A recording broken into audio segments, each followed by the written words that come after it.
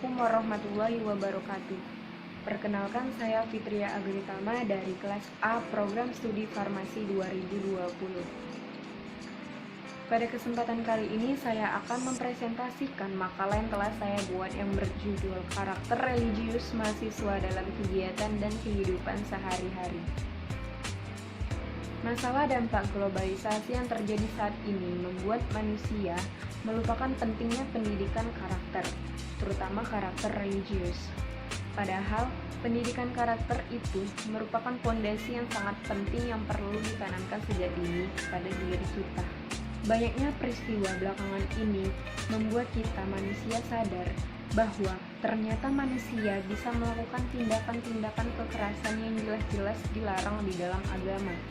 Padahal, agama mengajarkan dan mendidik kita untuk menjadi pribadi yang baik.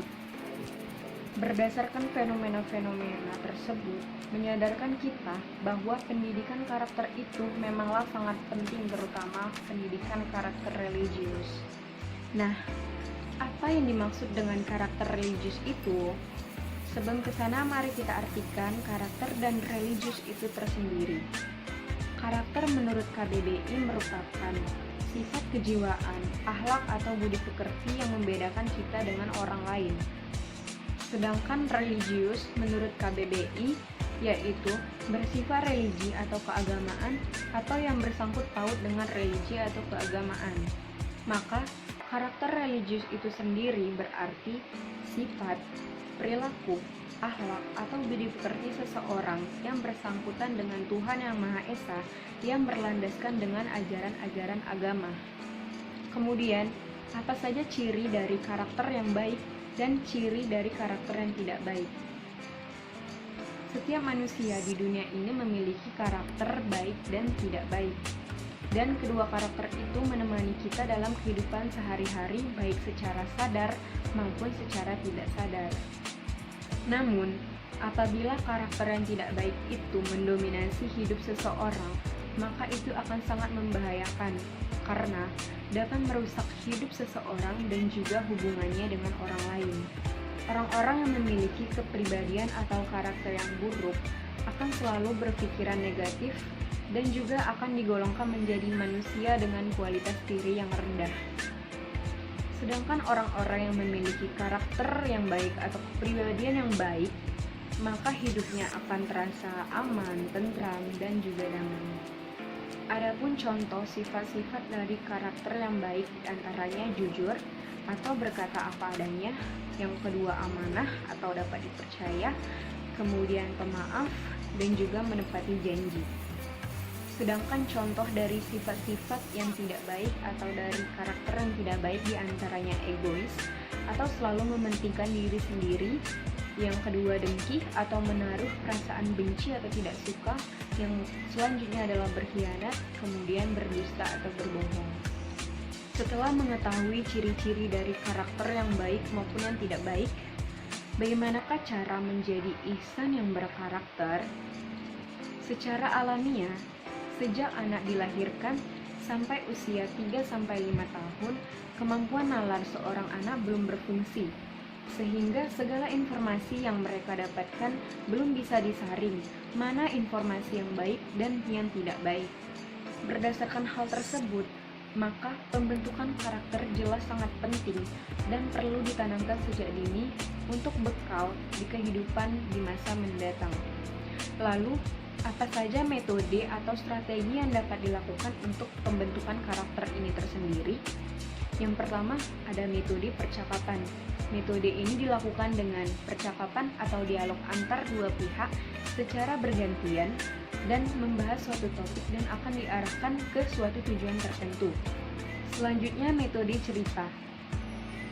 Orang tua, guru, dan orang-orang sekitar sangat berperan penting karena di dalam cerita terdapat keteladanan dan edukasi untuk pembentukan karakter ini sendiri.